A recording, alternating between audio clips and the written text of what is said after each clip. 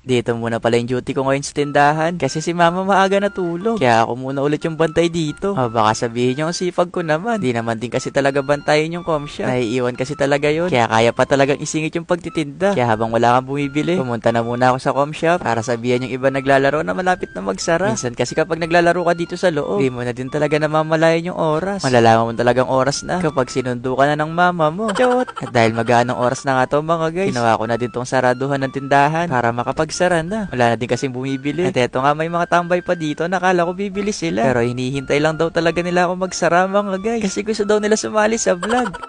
Na sobrang tagal ko daw na hindi na nagsasara ng tindahan. Kasi araw-araw daw sila dito. Kaya shout out sa inyo mga guys. Sana mas gumanda pa kayo tuwing gabi. Chot! Kaya pagkatapos ko nga makapagsara, nagpaalam na din ako sa kanila para makapasok na din sa loob. At matignan yung mga naglalaro sa loob. Baka kasi maghulog pa ng barya. Hindi na pwede mga guys. Kasi magsasara na talaga si Chot. At eto nga, bago pa ako makapasok, may mga nagpapa-shoutout pa sa labas. Na gabing-gabi na mga guys, nagpapa-shoutout pa din. Chot!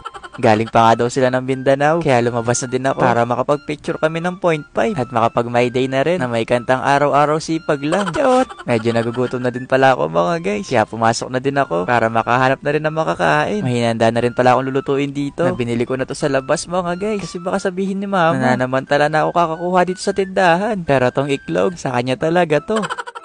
Namiss ko nga kumain ng buldak. Kaya ito na lang din yung lulutuin ko ngayon. Pero mas special to ngayon mga guys. Kasi may kasamang hipon na alam ko pang sisigang yata to ni mama bukas. Pero ilang piraso lang din naman yung kinuha ko. Kasi gagawin natin tong sahog sa noodles. Masarap to. Kaya panigurado magkikrib ka sa lulutuin natin ngayon.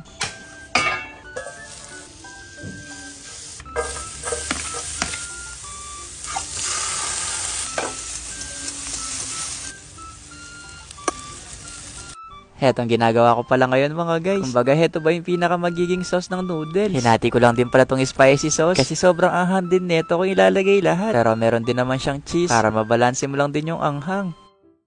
Mekos-mekos mo lang yan insan. Habang kumukulo na nga mga guys, ilagay na natin tong noodles. Medyo matigas nga lang yung noodles ng buldak. Kaya kailangan, medyo tagalan mo rin siya sa pagpapakulo. Pero syempre, kung mas gusto mo yung matigas na noodles, wag mo na pakuluan. Chot! Nilagyan ko na rin ng iklog at saka 2 cheese para ba mas cheesy. Chot! Sobrang bango na nga ng niluluto natin ngayon mga guys. Kaya habang nag-video, sobrang natatakam na din talaga ako. At excited na din ako kung ano ba talaga yung lasa ng ginawa natin ngayon. Pero kahit hindi ko pa siya natitikman mga guys, mukha talaga siyang masarap. Kasi ang dami rin nating nilagay. Napati yung pang sigang na hipon ni mama mga guys, nilagay natin dito.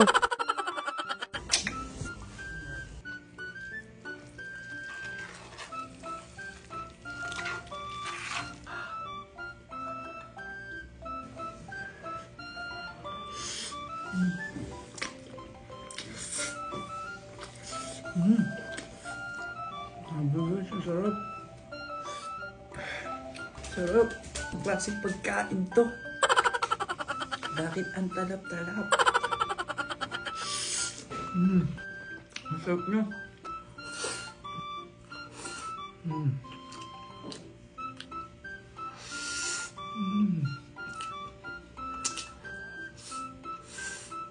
Kanina pa ako natatakam dyan eh.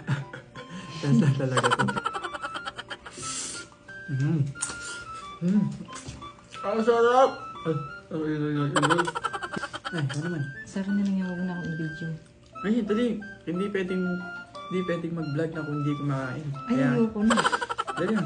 Ayoko mag-video ngayon kasi pangit nga ako. Hindi ko makayos. Dali na. Dapat nag-age yung mga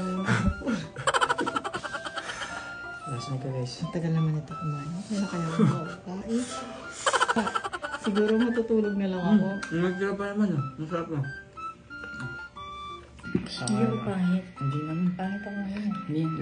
Wala nang hipon. Huwag ko nang pinareklamo sa vlog. Ay, masarap na tayo. Masarap na. Ang lasa? Lasang buldak. Malalasahan mo talaga yung pagkahipon niya. Tsaka yung gatas niya. Tsaka yung cheese malalasahan mo lang. Tsaka yung noodles. Tsaka yung pagkakaldero niya. Kaldero. Malalasahan mo rin yung sibuyas. Malalasahan ko rin yung sibuyas. Ito yung sibuyas ko. Kami na dito.